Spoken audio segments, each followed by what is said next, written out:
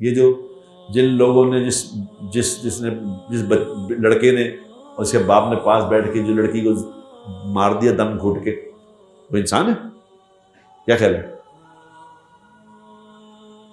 تو یہ جانور بن جائے گا۔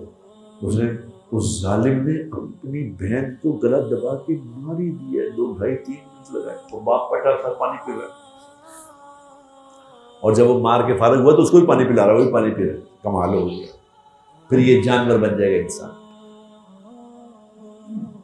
یہ کیوں ہو رہا ہے اس معاشرے میں اس طرح کہ ہم بھول گئے ہیں ہم نے کدھر آئے ہیں، یہاں رہنا کیا ہے۔ اب جس بے شرم بے غیرت نے یہ کیا ہے، اس کو اگر یہ یقین ہوتا کہ میں نے بھی مر جانا ہے تو کرتا ایسے۔ یہ دیکھو یہ ہم جو کہ اتنی خوفزدہ قوم ہے کہ ہم تو فلسطین کے بارے میں بات بھی نہیں کر سکتے، جو بات کرتا ہے اسے کہتے ہیں بلاک کر دو اس کو، اپنی حکومت بلاک کر دیتی ہے اسے۔ کمال آزاد اسلامی جمہوریہ پاکستان۔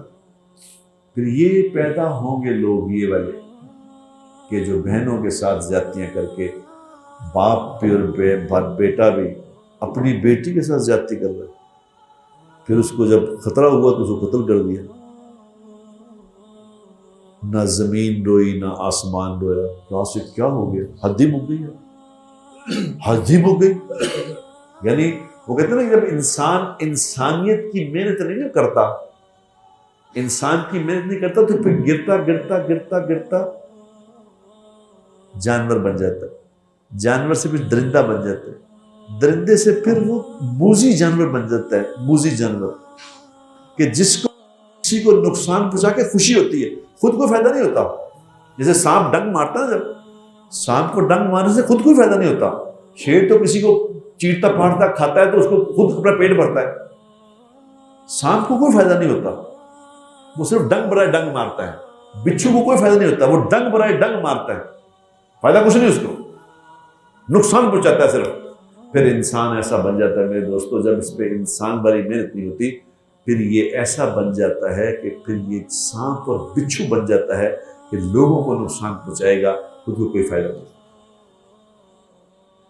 یہ کون کرے گا؟ یہ کون کرے گا؟